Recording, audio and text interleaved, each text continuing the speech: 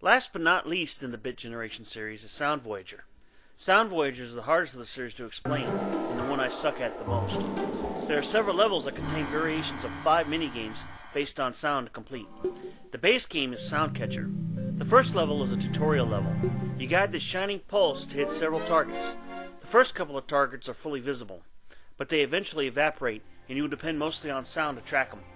As you get closer to them, the graph at the top crests faster, the stars surrounding the target shine brighter, and the music plays louder. You'll hear a weird beep when you get a target. With each target acquired, a new sound is added to the score. After getting so many targets, you open up a new level.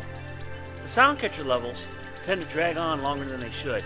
They would be better if they had a little countdown that lets you know how many targets you have left. However, if you keep plugging away, you finally beat these levels, and they are still fun to play and beautiful to listen to.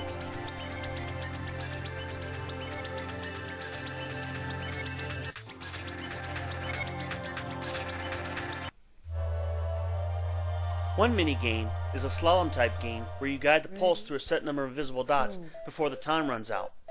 You press the A button to get the pulse to move quicker. If you don't make it through the course on time, it's game over.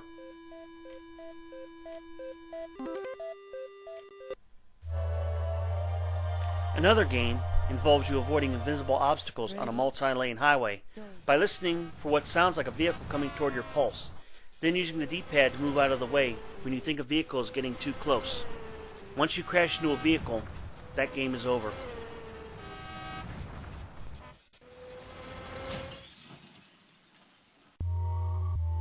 Game over.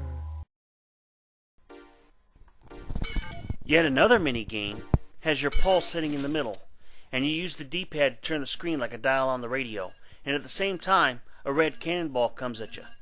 You listen for the red cannonball to come close, then you press the A button to fire a laser at the cannon before it hits you. Once it hits you, the game is over.